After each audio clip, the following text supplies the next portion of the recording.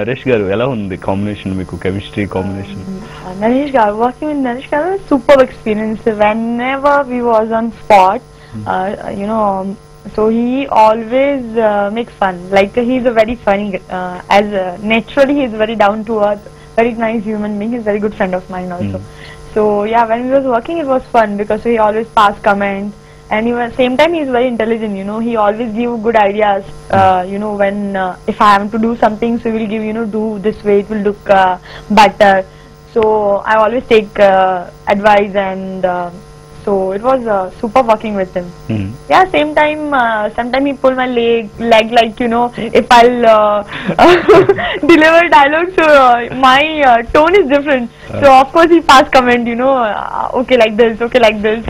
So like one dialogue, it's like character demand chuste then ka nenu ready ya. So before that I forget this dialogue. I said director demand chuste then ka nenu ready ya. So actually character demand chuste lip kiss kaina nenu ready yaar. That's the dialogue. So meedi Mumbai ya. So అది actual గా తను ఇప్పుడు చూసారు కదా ఎంత ఫన్నీగా ఉంటుంది pronunciation. మామూలుగా తన ప్రొనౌన్సియేషన్ అది చూసి చాలా స్పాట్ లో వేరే టైప్ ఆఫ్ కామెడీ కూడా జనరేట్ అయ్యేది, ఇది ప్రొడ్యూస్ అయ్యేది అనమాట. యాక్చువల్ గా సార్ అన్ని ప్యారడీ చేస్తున్నాం కదా మనం, హీరోయిన్ తో కూడా రియల్ గా డబ్బింగ్ చెప్పేస్తే ఇంకా ఎంటర్టైన్మెంట్ వస్తుంది, అది కూడా ప్యారడీ లాగా ఉంటుంది. బాంబే హీరోయిన్లు చాలా మంది ఉన్నారు కదా అని చెప్పి అసలు డైలాగ్ అర్థం కాదు బాబు ముందు. అది also yesterday we talk about that, next Sudigaadu 2 if we do, then I'll do dubbing, it will be double blockbuster.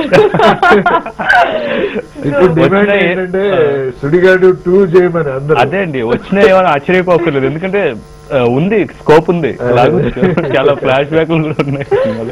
అలాగే నాకు తెలిసి మొనహాల్ ఏంటంటే వచ్చిన వెంటనే షూటింగ్ స్పాట్ లో తీసుకొచ్చిన ఒక అడవిలో వదిలేసినట్టు అయిపోయింది, ఎందుకంటే అంతా తెలుగు పీపుల్, పెద్ద పెద్ద ఆర్టిస్టులు ఒకేసారి.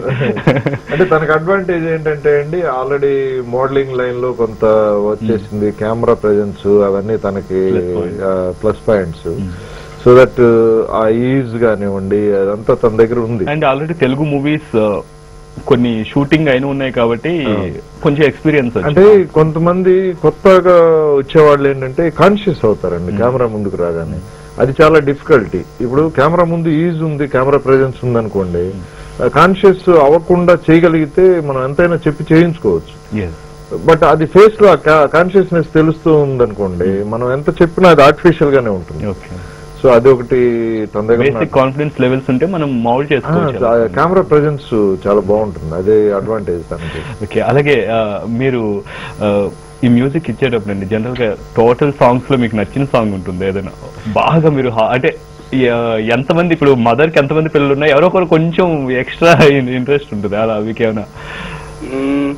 అది నాకు తెలియదు కానీ మదర్ గురించి నాకైతే ఈ పాటలన్నీ ఇష్టం అండి. ఎందుకంటే ప్రతి పాటలో ఒక కొత్త కాన్సెప్ట్ ఉంది.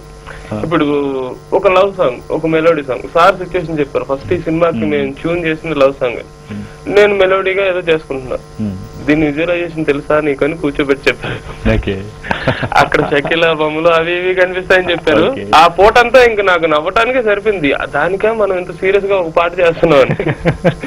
సో డైరెక్టర్ గారు చెప్పింది మర్చిపోయి మళ్ళీ ఆ మూడ్ లోకి వెళ్ళి సీరియస్ గా ఒక సిన్సియర్ గా ఉంటది ఆ సాంగ్. అలాగే inky pinky song, family song. Real ఏంటంటే యాక్చువల్లీ మనం కాలర్ ట్యూన్ గా పెట్టుకుందాం అంటే అన్ని ప్రాబ్లమ్ ఫీల్ అవుతారని చెప్పి ఆ సాంగ్ అంత ఫన్నీగా చాలా బాగుంది. అది ఫ్యామిలీ సాంగ్ అండి. మనకి ఇప్పటిదాకా వచ్చిన ఫ్యామిలీ సాంగ్స్ అన్ని ఇప్పుడు మనం పాతకాలం నుంచి తీసుకుంటే అన్ని మెలోడియస్ గా కొంచెం ఏదో నాటి హృదయ అలా ఉంటాయి. సో అలా ఉండకూడదు, కానీ ట్యూన్ పాతగా ఉండాలి. ఎందుకంటే 25 ఏళ్ల ముందు తల్లిదండ్రులకి పాడిన సాంగ్ కాబట్టి ట్యూన్ పాతగా ఉండాలి, ఆర్కెస్ట్రేషన్ కొత్తగా ఉండాలి, లిరిక్ ఇంగ్లీష్ లో ఉండాలి. మీకు కూడా 100 సినిమాల ఎక్స్పీరియన్స్ వచ్చింది. అయితే ఎఫర్ట్ మాత్రం టెక్నీషియన్స్ అందరూ ఈ ప్రతి వింగ్ లో కూడా డైరెక్టర్ గారిదే 90% అండి, ఆ టెక్నీషియన్ ది 10%. ఈవెన్ మ్యూజిక్ లో కూడా, ఎందుకంటే ఆయన అన్ని రిఫరెన్స్ ఇవ్వటంలో కానీ లేకపోతే కూర్చొని ఎడ్యుకేట్ చేసి, లేదు ఇది కావాలి సీన్ లో నేను ఇలా తీయబోతున్నా, ఎప్పుడో తీయబోయే షూటింగ్ చేయబోయే సాంగ్ కూడా యాక్చువల్లీ సాంగ్ ఎలా షూట్ చేస్తాం ఏం చేస్తాం అని చెప్పరు డైరెక్టర్. సో దాని గురించి కూడా ఇక్కడ ఇలా చేయబోతున్నాం, ఇక్కడ తీయబోతున్నాం, ఇవన్నీ మైండ్ లో పెట్టుకుని ఒక పాట కావాలి. ఎందుకంటే నేను అన్ని బ్లాక్ బస్టర్స్ ఇచ్చా మ్యూజికల్ గా. సో ఇప్పుడు ఈ సినిమా దాని మ్యూజిక్ ఏమాత్రం తగ్గితే నిన్ను నేను పెట్టుకోవటం తప్పు చేసినట్టు అవుతుంది, ఆ నేరం నా మీద పడకుండా చూడు అని చెప్పి చాలా అసలు ఎంతో ఓపిక గా చేయించుకున్నారు నిజంగా. మీరు ఒక సాంగ్ ఏదైనా ఒక పాట. నేను మీకు ముందు చెప్పలేదు కదా, నేను సింగర్ కాదు సార్. సింగర్ కాకపోయినా కానీ పాడొచ్చు. లేదండి, మనం పాట వేద్దాం కావాలంటే, ఎందుకంటే నా మీద ఉన్న ఇంప్రెషన్ పోతుంది. లేదండి, ఒక పని చేద్దాం, హీరోయిన్ బాగా పాడుతుంది, తనతో పాడి. సింగర్ అని అందరికీ తెలుసు, తనతో పాడి. Tell him, you know, because of he's not singing. You have to see this program. He has to be the music director, na. So promotion, sir, promotion. Sing, please. అమ్మా ప్రమోషన్ పోయినా. So ఇద్దరు కలిసి పాడండి. చూసారా ఒక్కరికొకరు confidence. జర రింగ రింగ రింగ రింగ జర జర చిక్కు పొక్కు చిక్కు దగ్గర చింక జర జర అంతే అయిపోయింది. నెక్స్ట్ అలాగే ఆ సాంగ్ మన ఫ్యామిలీ సాంగ్ ఉంది కదా, అది ఎవరు రాశారు? అది మా పాప. అదే అందుకోసమే అడిగాను స్పెషల్ గా. అది యాక్చువల్ గా అది ఇలా ఫ్యామిలీ సాంగ్ ఒకటి ప్యారడీ చేస్తే బాగుంటుంది పాత సినిమాల్లో లాగా. అంటే పేరెంట్స్ ని డిపార్ట్ అవుతాడు అన్నమాట హీరో. సో అది 25 years తర్వాత మళ్ళీ రీయూనైట్ అవడానికి ఒక సాంగ్ ఉంటే బాగుంటుంది ఫన్నీగా అని చెప్పి అనుకున్నప్పుడు ఎవరితో రాయిస్తే బాగుంటుంది అనేది రెగ్యులర్ రైటర్స్, సీనియర్ రైటర్స్ వాళ్ళు స్టాండర్డ్ గా రాస్తారు. అలా కాకుండా ఇది కొంచెం లో స్టాండర్డ్స్ లో ఉంటూ పిల్లలకి ఉంటే బాగుంటుంది అని అనుకుని మా పాప 5th year నుంచే రాసేదండి పోయిటరీ, కొంచెం పోయమ్స్ అవి రాసేది. ఆన్లైన్ పబ్లిష్ అయినాయి ట్వింకిల్లో. సో అట్లా చిన్న చిన్న స్టోరీస్ అవి రాస్తూ ఉండేది. తన దగ్గర ఇచ్చేసి ట్రై చేయమంటే తను భయపడింది ఫస్ట్. లేదు నువ్వు ఊరికి ట్రై చేయి, నువ్వు రాయగలిగితే సరే, లేదంటే వేరే వాళ్ళు చేత రాయిద్దాం అని చెప్తే తను రాసింది. నేను అనుకున్నది పర్ఫెక్ట్ గా రాసింది. సో దట్ అలా ఫైనల్ చేసిన సాంగ్ ఈ రోజు పిల్లల్లో కానివ్వండి వీళ్ళలో ఫ్యామిలీస్ లో బాగా రీచ్ అయిపోయింది. పిల్లలు స్కూల్లో ఇంకి పింకి బంకి రైము ఈ ట్యూన్ లో పాడుతున్నారు సార్. ఏదో లో స్టాండర్డ్ లో రాస్తుంది అది ఇది అన్నారు కానీ ఈవెన్ నిజం చెప్పాలంటే ఓపెన్ గా మేము ఆడియో రిలీజ్ చేసిన 3వ రోజు ఎయిర్టెల్ లైవ్ లో ఇది 2nd place లో ఉంది ఇంకి పింకి సాంగ్. సో రైటర్స్ మిగతా వాళ్ళందరితో పాటు అమ్మాయికి కూడా సమానమైన క్రెడిట్ ఇవ్వాలని నేను డిమాండ్ చేస్తున్నాను. ఓకే అండి. అలాగే ఈ సాంగ్ లో అంత ఫన్నీ సాంగ్ కి ఆ ఎక్స్ప్రెషన్స్, మన నరేష్ గారి ఎక్స్ప్రెషన్స్ చాలా సీరియస్ నవ్వు రాకుండా ఎవరు ఆగరేమో. ఇప్పుడైతే ఆ సాంగ్ చూద్దామండి ఒకసారి. సాంగ్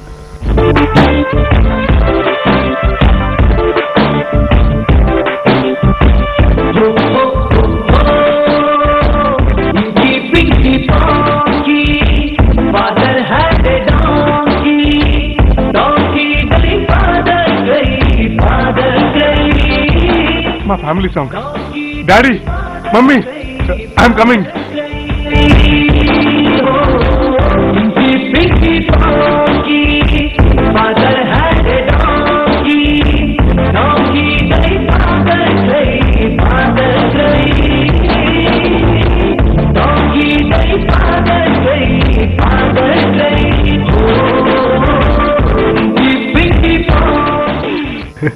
అలాగే సినిమాటోగ్రాఫర్ విజయ్ గారు రియల్ అండి ఆ క్వాలిటీ చాలా బాగుంది. చాలా మంచి టెక్నీషియన్ అండి. అంటే ఫస్ట్ అంటే ఎవ్రీథింగ్ వాజ్ ప్లాన్డ్ అని ఎందుకన్నానంటే అండి, మీకు ఇంతకు ముందు చెప్పినట్టు ఈ సినిమా అనుకుంటున్నప్పటి నుంచే అంటే every craft 24 crafts work output cameraman ద్వారా బయటికి రావాలండి. సో ఆ విజువల్ ఇంపాక్ట్ ఐ ఫీస్ట్ లాగా ఉండకపోతే మనం ఎవరు కష్టపడ్డా కూడా అది waste.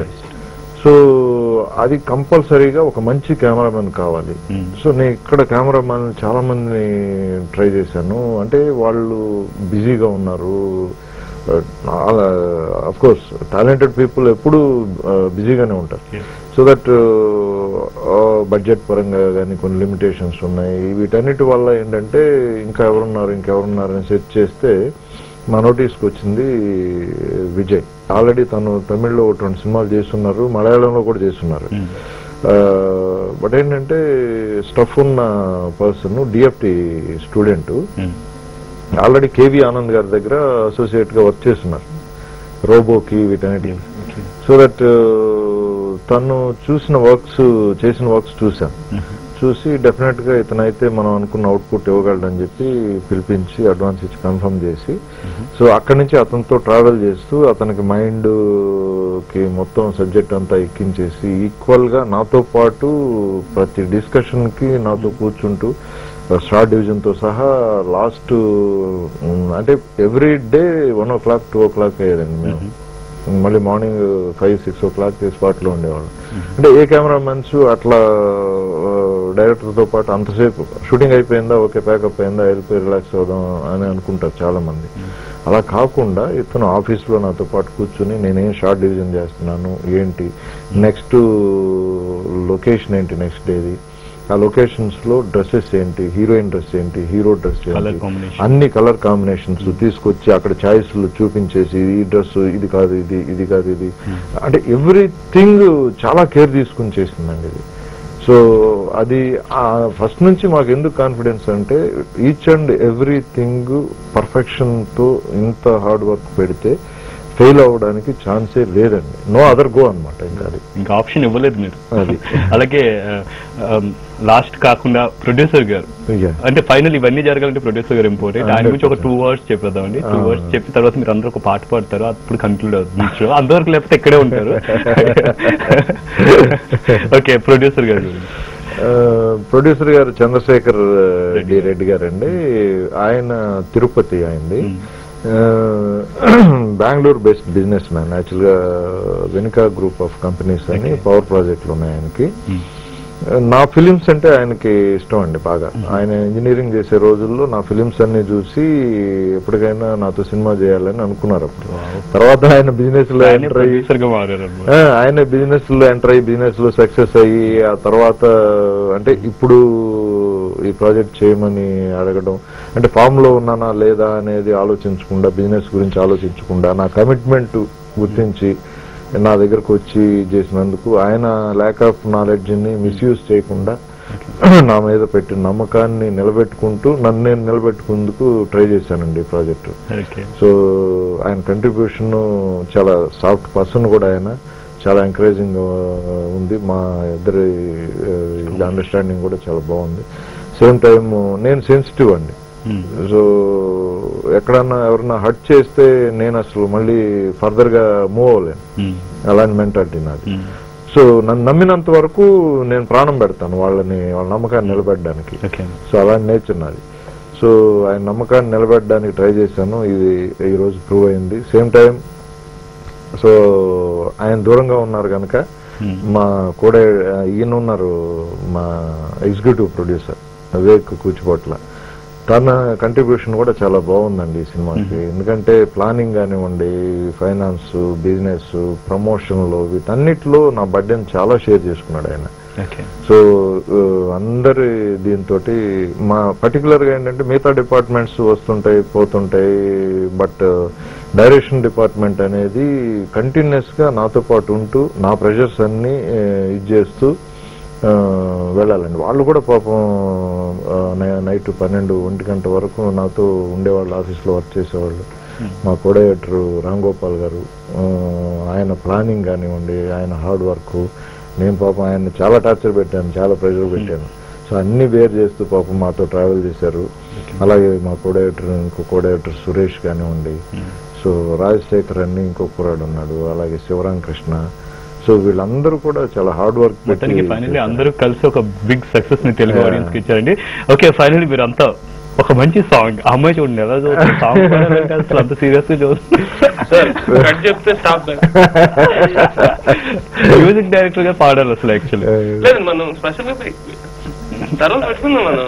Okay, thanks for being here అండి. చాలా చాలా హ్యాపీగా ఉంది. సుడిగాడు సినిమా ఎంత నవ్వులు పువ్వులతో థియేటర్స్ ఉన్నాయో, మన ఇంటర్వ్యూ కూడా అంతే హ్యాపీగా జరిగింది.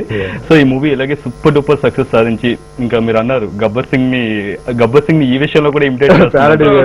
సో ఈ కలెక్షన్స్ విషయంలో కూడా గబ్బర్ సింగ్ ని రీచ్ అవ్వాలని కోరుకుంటూ, అలాగే మోనాల్ ఎందుకలా సీరియస్ గా చూస్తున్నారు? తనకు ఒకే పాట వచ్చి అది పాడేసింది, మళ్ళీ మీరు అదే ఏం పాట పాడాలని ఆలోచించుకుంటూ This time I won't promise.